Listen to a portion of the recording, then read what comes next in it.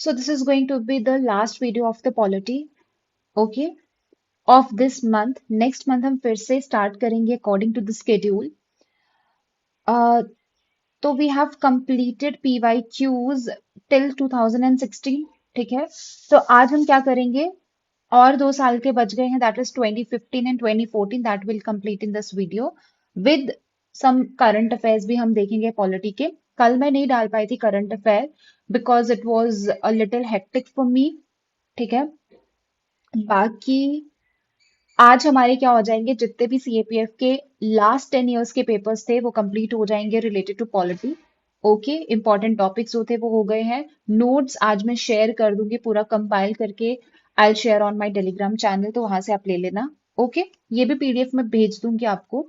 देखिए, ये हेल्प करेगा आपको लास्ट टाइम रिवीजन करने के लिए, ठीक है. तो आप जब एक बार पूरे पीवाईक्यूज देख लोगे तो आप लास्ट में क्या कर सकते हो, इसका रिवीजन कर सकते हो, क्योंकि मैंने बहुत सारी चीजें भी इसमें ऐड की हुई हैं, ठीक है. फैक्ट्स हैं, जो भी है वो आप देख सकते हो.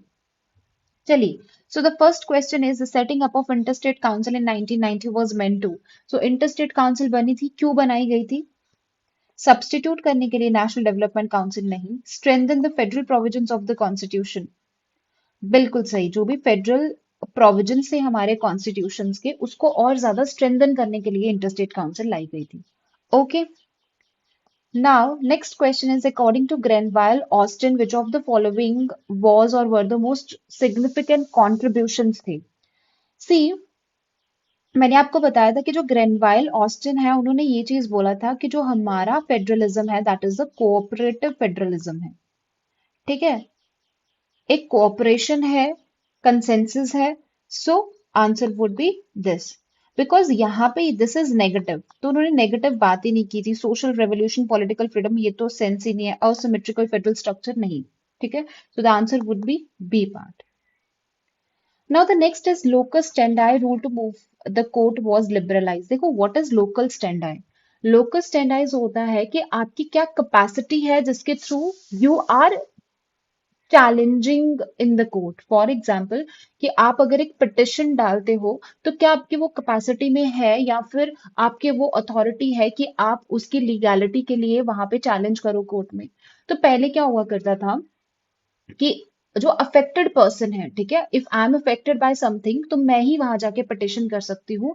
बट बाद में इस केस के अंडर, जो भी मैं बताऊंगी अभी कौन सा केस है, उसके अंडर क्या किया गया था कि पीआईएल लाया गया, पब्लिक इंटरेस्ट लिटिगेशन लाया गया, कि जो अफेक्टेड पर्सन है, अपार्ट फ्रॉम दैट जो नॉन अफेक्टेड पर्सन है वो भी क्या कर सकती है, केस कर सकते हैं या फिर पिटिशन फाइल कर सकते हैं, ठीक है. सो कौन सा केस था? बोमाई केस मैंने आपको बता दिया था पिछले वीडियो में, दैट वाज अब्यूज था. किससे रिलेटेड? प्रेसिडेंट रूल के रिलेटेड. मिनर्व मिल केस किसके लिए था? अमेंडमेंट से रिलेटेड था, ठीक है. You can amend the constitution but you can't violate the basic structure of the constitution. ये केशव नंद भारती केस में भी बताया था और मिनर्व मिल केस में भी उसको एक्सटेंड किया था, ठीक है. सो बचता आपका एसपी गुप्ता. पिछले वीडियो में मैंने आपको एसपी गुप्ता के बारे में बताया था कि इन्होंने कॉलेजियम सिस्टम लाया था, ठीक है, और इनको जजेस ट्रांसफर केस भी बोलते हैं. ऊपर आप चेक कर सकते हो जितने भी केसेस हैं, ठीक है, तो उसमें मैंने बताया हुआ है. तो एसपी गुप्ता केस ने यही किया था. इन्होंने क्या बोला था कि जो यूनियन गवर्नमेंट क्या बोल रहे हो, अथॉरिटी है ऑफ अपॉइंटमेंट या फिर ट्रांसफर किया जाता है जजेस को, उसकी लीगैलिटी को उन्होंने चैलेंज किया था, उसकी अथॉरिटी को उन्होंने चैलेंज किया था कि ऐसा नहीं होना चाहिए, ठीक है. और जो चीफ जस्टिस ऑफ इंडिया होगा, उनका जो एडवाइस होगा या उनका जो कंसल्टेशन होगा, वो कॉन्करेंसी के साथ जाना चाहिए. लाइक उनका कंसल्टेशन आपको मानना ही पड़ेगा, ठीक है. बाकी सारे और भी जजेस होंगे, सीनियर मोस्ट जजेस होंगे, उनकी भी राय लेके देन उसके बाद अपॉइंटमेंट होगा. इसी वजह से क्या हुआ था, आपका कॉलेजियम सिस्टम इंट्रोड्यूस किया गया था. फाइन. चलिए, नेक्स्ट क्या है अपने पास, कैग से रिलेटेड है. कैग तो बहुत बार पढ़ चुके हैं हम. सो कौन रिमूव करता है? प्रेसिडेंट करता है. और इसका सेम वे होता है as of the supreme court. जैसे सुप्रीम कोर्ट का जो जज रहता है, जैसे उसको रिमूव करते हैं, वैसे ही कैग रिमूव होता है. सो प्रेसिडेंट तो करता है, प्रेसिडेंट करता है, बाकी तो कैंसिल हो गए. Not on the advice of the, सिर्फ सीजीआई के एडवाइस पे वो हटा देगा क्या? नहीं. सो दैट विल बी, ये रहा. Address in both houses of parliament. क्यों?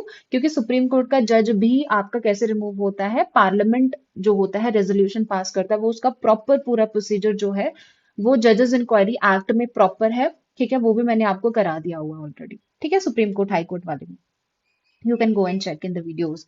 सो स्पेशल प्रोविजंस की बात कर रहा है दैट 371G जो है वो किसको देता है। देखिए जम्मू एंड कश्मीर का 370 के अंडर था जो कि हट चुका है।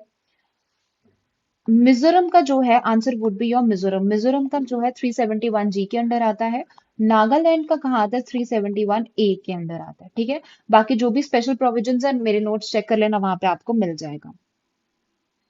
Next question is that the provision under article 350A। देखिए 350A भी मैंने आपको कराया था जब डीपीएसपी के बाद, जो डीपीएसपी वाला था तो उसमें कुछ एक्सेप्शंस थे, मतलब कि there were articles outside DPSP. तो उसमें था दैट 350A जो आपका आर्टिकल है, ठीक है, वो किसके लिए बात करता है? That is right of any section preserve Sikh community, नहीं, मदर टंग से रिलेटेड था।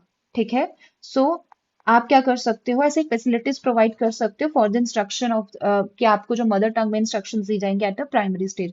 वहीं पे आपका एक और आर्टिकल था दैट वाज 351। 351 के अकॉर्डिंगली क्या था? आपके हिंदी लैंग्वेज का डेवलपमेंट करना। ठीक है, सो development of the Hindi language. Okay, that is 351। So the next question is Right to Education Act. तो राइट टू एजुकेशन एक्ट के अकॉर्डिंगली क्या है? Right of children to free and compulsory education दी जाएगी, ये तो बिल्कुल सही है। ओके, नेक्स्ट क्या बोलता है? Prohibition of deployment of teachers like state legislature parliament. Okay, right of minorities. देखिए माइनॉरिटीज का राइट ये जो है वो आता है आपका आर्टिकल 30 के अंडर। सो ये तो नहीं होगा, 3 तो नहीं आएगा आपका। 3 नहीं आएगा, इसका मतलब 2 सही है। क्यों सही है? क्योंकि 2 कॉमन आ रहा है। ठीक है, 1 तो ऑलरेडी सही है। अब फोर्थ वाला देखते हैं that no citizen shall be denied admission into any educational institution. कि किसी भी एजुकेशन इंस्टीट्यूशन में डिनाई नहीं हो सकता, मेंटेन्ड बाय द स्टेट, जो कि स्टेट मेंटेन कर रहा है या फिर रिसीव कर रहा है aid from the state fund. ऐसा कुछ नहीं है, so this is also wrong. So 4 गया, answer would be 1 and 2। So the last question is according to the Article 3 of the Constitution of India, Parliament may by law. So you should know that what is the difference between Article 3 and Article 2. ठीक है, जो article 2 रहता है आपका वो किसके लिए रहता है? कि आपकी जो स्टेट्स है उसको एडमिशन देना, एस्टैब्लिश करना। बट आर्टिकल 2 और 3 में फर्क क्या होता है? आर्टिकल 2 में वो स्टेट्स आएंगी that were not part of the Indian union of India. ठीक है, were not part of Indian union. इसका मतलब क्या हुआ? कि हमारे इंडिया का वो पार्ट नहीं थी, बट हमने क्या कर दिया? उसको एडमिट कर दिया या फिर एस्टैब्लिश कर दिया नया स्टेट। ठीक है, पहले पार्ट नहीं था बट हमने नया कोई स्टेट ला दिया। जैसे फॉर एग्जाम्पल सिक्किम था, तो Sikkim was not part of our union of India ना, तो हमने उसको एडमिशन दिलाया था। देखिए देयर वॉज वन क्वेश्चन कल मैंने आपको कराया था, सिक्किम से रिलेटेड था। लेट मी सी, कहाँ गया सिक्किम वाला क्वेश्चन? ये रही। देखिए जो सिक्किम एसोसिएट स्टेट बना था ना, वो बना था आपका article amendment 35th amendment act 1974 के 1974 जो एक्ट था आपका 35th अमेंडमेंट एक्ट था, उसमें बना था, एसोसिएट स्टेट बनाया गया था। But they were not fully satisfied with that, इसीलिए जो इसको फुल फ्लेजेड स्टेट बनाया गया था। सो जो फुल फ्लेजेड स्टेट बनाया गया था through this act, through 36th amendment act 1975। But UPSC ने इसका आंसर ए दिया हुआ है। बट मैं आपको एक चीज क्लैरिफाई कर दूं कि एसोसिएट स्टेट बना था 35th अमेंडमेंट एक्ट से, और जो फुल फ्लेजेड स्टेट बना था वो 36th अमेंडमेंट एक्ट से बना था। ठीक है, चलिए, कहाँ गया सिक्किम? हाँ, सो इसीलिए Sikkim was not part, Puducherry was not part of India, union of India. ठीक है, दादर नागर हवेली दमन एंड दीव ये सब नहीं थे पार्ट, बट इनको लाया गया बाहर से। ओके, बट वहीं पे आर्टिकल 3 में क्या होता है कि पार्लियामेंट के पास अथॉरिटी होती है कि जो ऑलरेडी एग्जिस्टेंस में है स्टेट्स, ठीक है, उनमें से आप क्या करते हो, किसी का आपने एरिया ऑल्टर कर दिया, किसी का नाम चेंज कर दिया, जैसे उत्तराखंड, उत्तरांचल हुआ करता था, उत्तराखंड कर दिया। ठीक है, बहुत सारे नाम को क्या किया है, चेंज किया है। और वो क्या कर सकता है, पार्लियामेंट खुद से कर सकता है। मैंने आपको बताया था पिछले वीडियोस में कि कैसे अमेंडमेंट होता है, सिंपल मेजोरिटी से, स्पेशल मेजोरिटी से, और एक और होता है जिसमें स्पेशल मेजोरिटी लगती है प्लस स्टेट का कंसेंट लगता है, हाफ ऑफ द स्टेट का कंसेंट लगता है। ठीक है, सो आर्टिकल 3 के अंदर क्या आ जाएगा, ऑल्टर कर सकते हो बाउंड्रीज और इंक्रीज कर सकते हो स्टेट, बाकी तुम नहीं कर सकते ये। सो आंसर वुड बी 2 and 3। बाकी इनका जो डिफरेंस है यू कैन सी, यहाँ पे आप इनका डिफरेंस चेक कर सकते हो। ओके, जो मैंने आपको बता दिया। ठीक है, आर्टिकल 3, अब आपको क्वेश्चन में पूछ लेते हैं कि जैसे ये स्टेट फॉर्म हुई थी, तो वो कौन से आर्टिकल के अंडर आती है, आर्टिकल 3 या 2। जैसे कि आपका तेलंगाना बना था तो वो आर्टिकल 3 के अंडर आएगा, बिकॉज ऑलरेडी एग्जिस्टेंस में था, उनको बाइफरकेट कर दिया गया। ठीक है, किसी को मर्ज कर देते हैं, किसी को अलग कर देते हैं। ओके, सो नाउ लास्ट रह गया हमारा, दैट इज सीएपी ऑफ 2014, उसको कंप्लीट करते हैं। So the last paper is CAP of 2014। चलिए, let's see the first question, that the Rajya Sabha is not subject to dissolution, the member enjoy a tenure of 6 years। बिल्कुल सही है। According to the Article 83 जो Constitution है, उसमें ये बोला गया है कि राज्यसभा के जो मेंबर्स हैं that will retire every 2 years, जो भी 1/3 मेंबर्स होंगे वो रिटायर होंगे।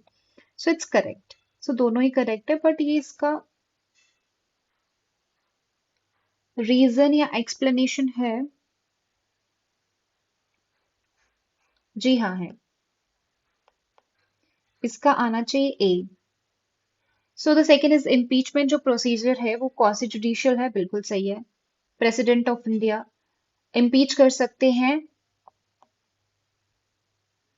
जो हमारे प्रेसिडेंट ऑफ इंडिया है उनको इम्पीच किया जा सकता है only on the ground of violation of the constitution, बिल्कुल सही है। And the impeachment procedure can be initiated either house of the parliament, तो दोनों सही है, बट देखिए दोनों सही है ये, बट एक्सप्लेनेशन नहीं है इसका, सो इसका आ जाएगा बी।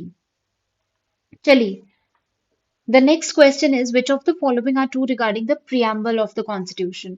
सो प्रियम्बल की अगर हम बात करें, सो वो ऑब्जेक्टिव रेजोल्यूशन से आया था, तो फर्स्ट जो स्टेटमेंट है that is correct. Next is idea of preamble किससे बोरो किया गया था, यूएसए से, दिस इज ऑल्सो करेक्ट। सो जो वर्ड थे आपके सोशलिस्ट सेक्युलर, क्या वो अडॉप्ट किए गए थे बाय द 42 अमेंडमेंट एक्ट, ये भी सही है। नाउ प्रियम्बल इनकॉर्पोरेट करता fundamental rights, no, this is incorrect, so answer would be 1, 2 and 3। So the next question is which of the following does not relate, जो fundamental rights नहीं है आपकी। So free and compulsory education to all, ये तो है। Prohibition of trafficking, ये भी है। जो इंटॉक्सिकेटिंग ड्रिंक्स वाला है वो आपका डीपीएसपी आता है। ठीक है, सो ये भी नहीं होगा, सो answer would be your is not बोला है उसने। ओके, सो ये और ये तो नहीं होगा, सो answer would B 3 and 4। Okay, next is, देखिए ये भी आपका डीपीएसपी आता है, जो गांधीयन डीपीएसपी था ना, उसके अंडर आता है। विच of the following statement is true.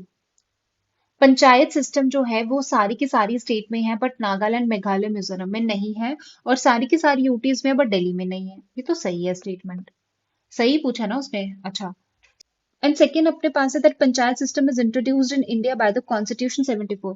तो 74 से नहीं हुआ था, 73rd अमेंडमेंट एक्ट आया था, 74 से आपका म्युनिसिपैलिटी आया था।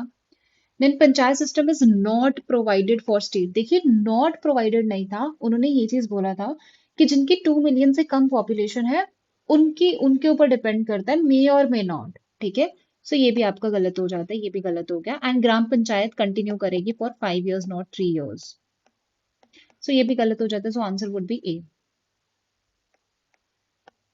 ठीक है,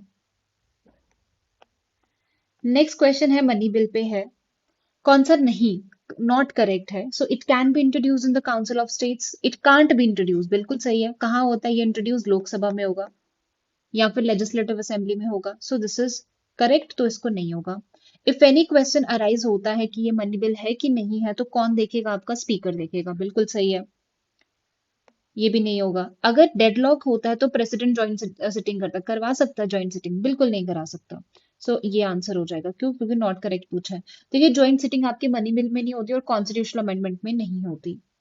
Now, a money bill cannot be introduced except on the बिल्कुल सही है. So, if you want to introduce the money bill, so you need the recommendation of the president. Okay, that's why in the end, president has to give his assent. Which of the following जो है true है regarding urban local bodies? So, Constitution 74 ने क्या किया था? Urban local bodies बताई थी कौन कौन सी municipal, municipality, city council सही है. Now municipal corporation are establish in the city with population कहाँ पे होती है? क्योंकि म्युनिसिपल कॉर्पोरेशंस बड़ी बड़ी सिटीज में होती है, इसलिए 1 मिलियन से ज्यादा होती है, ये भी सही है। उसने बोला है that Bombay and Calcutta corporation, ये मैंने आपको बताया था पिछले वीडियो में कि मद्रास थी नॉट बॉम्बे। सो थर्ड वाला तो आपका इनकरेक्ट हो जाता है, करेक्ट पूछा तो answer would be 1 and 2। Next है विच ऑफ द फॉलोइंग जो है रिलेट करता है 14 to 18 कॉन्स्टिट्यूशन के अंडर आते हैं। देखिए जो प्रोहिबिशन ऑफ डिस्क्रिमिनेशन है that comes under article 15, this is article 15। Equality of opportunity मिलेंगी article 16। Educational and cultural right दी जाएगी दैट इज योर आर्टिकल 29 है। सो ये नहीं होगा। Abolition of untouchability that is article 17। So answer would be 1, 2 and 4। Next is which of the following statement regarding the residuary powers. Residuary powers क्या होती है आपकी? जो कि ना तो स्टेट लिस्ट में आती है, ना यूनियन में आती है, ना कॉन्करेंट में आती है। ठीक है, so residuary powers have been given to the union parliament, बिल्कुल सही है। सो 1 सही होगा। जो रेजिडुअरी पावर्स अगर हम देखेंगे तो हमने कौन से उससे लिया है? देखिए रेजिडुअरी पावर क्या करता है, सेंटर को स्ट्रांग बना रहा है, इसका मतलब that is influenced by the Canadian model. ठीक है, बाकी जो शेड्यूल 7 ऑफ द कॉन्स्टिट्यूशन है वो रेजिडुअरी पावर्स बताता है, नहीं बताता है। तो ये तो कैंसिल हो गया, आंसर वुड बी 1 and 4। तो आप देख सकते हो 1935 का जो एक्ट था उसने रेजिडुअरी पावर्स किसको दी थी? गवर्नर जनरल, बिल्कुल सही है। Next question is which of the following statement are correct regarding the election of the president. तो प्रेसिडेंट का इलेक्शन कैसे होता है? सिंगल ट्रांसफरेबल वोट होता है। ठीक है, सो ही इज इलेक्टेड डायरेक्टली, तो इलेक्ट नहीं किया जाता, इनडायरेक्टली किया जाता है। सो आपका थर्ड तो आने नहीं वाला। And member of legislative council have no right to vote in the presidential election, ये भी सही है। Elected through the electoral college, ये भी सही है। सो एमपीज होते हैं बट इलेक्टेड होते हैं, और एमएलएज भी होते हैं बट इलेक्टेड होते हैं। Which of the following is are correct with regarding the office of governor. So जो गवर्नर है वो एक्ट कर सकता है, गवर्नर ऑफ वन और मोर स्टेट। तो ये मैंने आपको बताया था, 7th कॉन्स्टिट्यूशनल अमेंडमेंट एक्ट आया था, उसके अकॉर्डिंगली ये बोला गया था कि जो एक गवर्नर है वो एक या दो से ज्यादा स्टेट्स का, मोर देन वन स्टेट का गवर्नर हो सकता है। ये तो सही है। Governor has the power to grant pardon, pardon कर सकता है, रिमिशन कर सकता है, और आर्टिकल 161 के अंडर देता है ये पार्डन। ठीक है, आर्टिकल 161 के अंडर पार्डनिंग पावर होती है किसकी? गवर्नर की होती है, और 72 देता है प्रेसिडेंट। ठीक है, अब a governor is appointed by the president on the recommendation of chief minister. देखिए ऐसा बोला गया था कि होना चाहिए बट ऐसा इंप्लीमेंट नहीं हुआ है अभी तक, तो ये तो सही नहीं होना चाहिए। सो answer would be 1 and 2। Which of the following statement about presidential system. So presidential system कहाँ? यूएसए में है। तो वहां पे क्या होता है, जो हेड ऑफ द गवर्नमेंट होता है वही हेड ऑफ द स्टेट होता है, बिल्कुल सही। और जो एग्जीक्यूटिव है वो वीटो कर सकती है लेजिस्लेटिव एक्ट, बिल्कुल सही। Next is constitutional government. Constitutional government means constitution supreme है।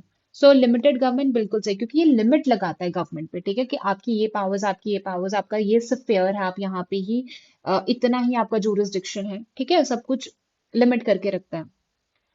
ये तो सही है। One where constitution is the basis of public authority. तो जो भी पब्लिक अथॉरिटी आपको मिल रही है किसकी वजह से मिल रही है? कॉन्स्टिट्यूशन ही प्रोवाइड किया, बिल्कुल सही।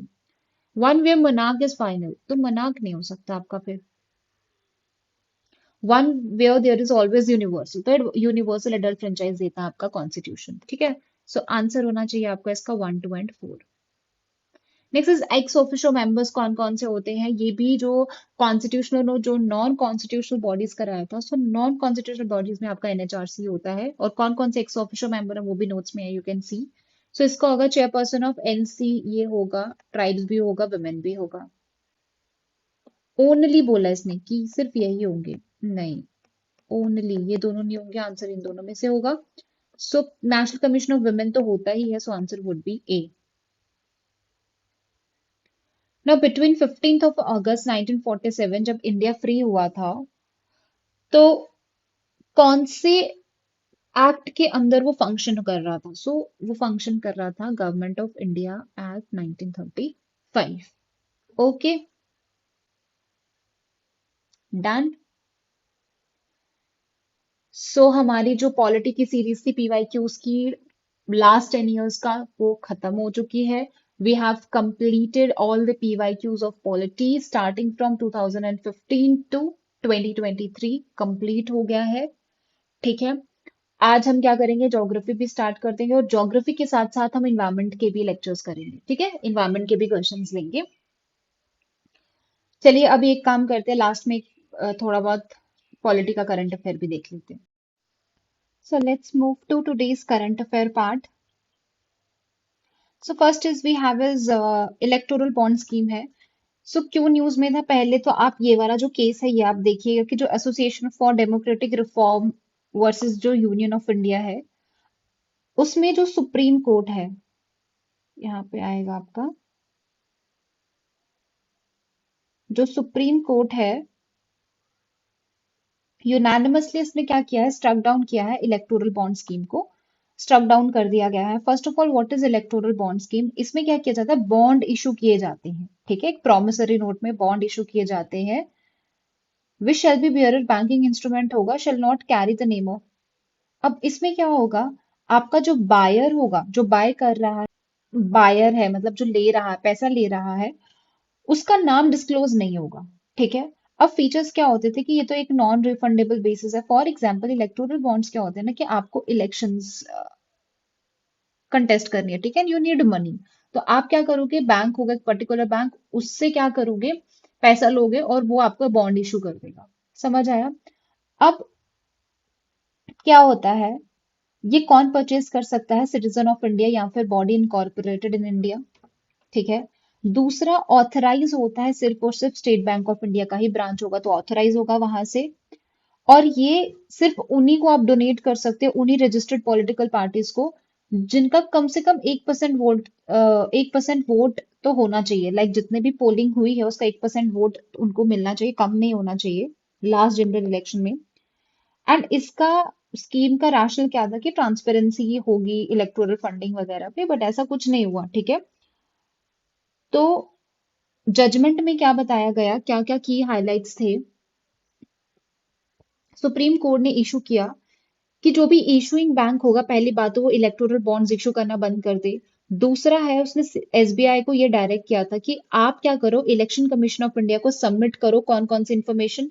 एक तो जो भी इलेक्टोरल बॉन्ड परचेज किए जा रहे हैं, जब से ये ऑर्डर आया है आपका 2019 के बाद से, कोर्ट का जो इंटीरियम ऑर्डर है, तब से जितने भी इलेक्टोरल बॉन्ड्स परचेज किए गए हैं, तो सारी की सारी इन्फॉर्मेशन आप किसको दो, इलेक्शन कमीशन ऑफ इंडिया को दो। बाकी जो भी डिटेल्स होंगे आपके पॉलिटिकल पार्टीज की जिनको कंट्रीब्यूशन मिला है थ्रू इलेक्टोरल बॉन्ड्स, वो भी आप बताओगे। ठीक है, डिटेल के साथ, इंकैशमेंट कब हुआ था, डिनोमिनेशन कब हुआ, ये सब। और इलेक्शन कमीशन ऑफ इंडिया को भी इन्होंने डायरेक्ट किया कि आप क्या करिए, पब्लिश करिए वो इंफॉर्मेशन जो कि आपको एसबीआई शेयर करता है अपनी ऑफिशियल वेबसाइट पे, वो भी within 1 week of the, जब भी आपको इंफॉर्मेशन मिलती है उसके 1 वीक के अंदर अंदर आपको करना पड़ेगा। एंड वैलिड इलेक्टोरल बॉन्ड्स जो है, जो इन कैश नहीं हुए हैं, वो किसको चले जाएंगे, फिर से इशूइंग बैंक को चले जाएंगे।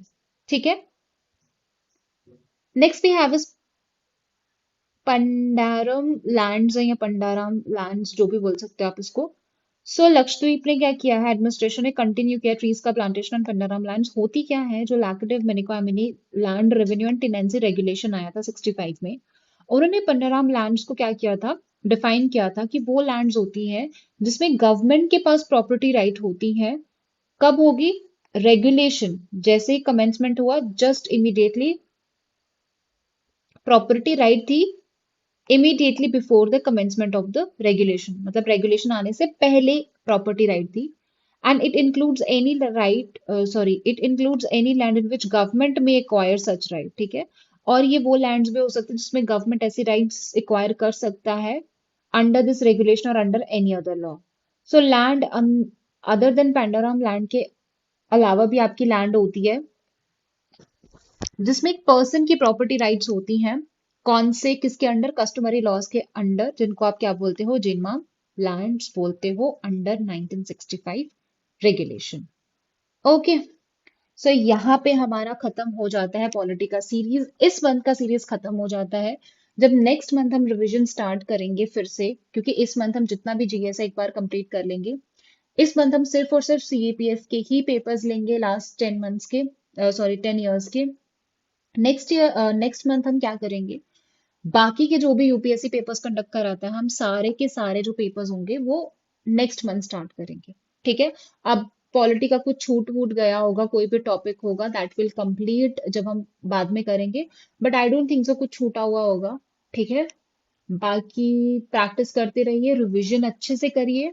ओके, कोई प्रॉब्लम आ रहा है, कोई दिक्कत आ रहा है, यू कैन कमेंट, या फिर you can also message me on the Telegram channel. ठीक है? बाकी आपको नोट्स वगैरह जो भी है, इससे रिलेटेड ये जो भी है, वो मैं सब आपका टेलीग्राम चैनल पर डाल दूंगी, आप वहां से देख लेना। ओके, सो अभी हम स्टार्ट करेंगे, ज्योग्राफी प्लस एनवायरनमेंट करेंगे साथ साथ में। Okay, till then all the very best, अच्छे से पढ़िए। Thank you, thank you so much.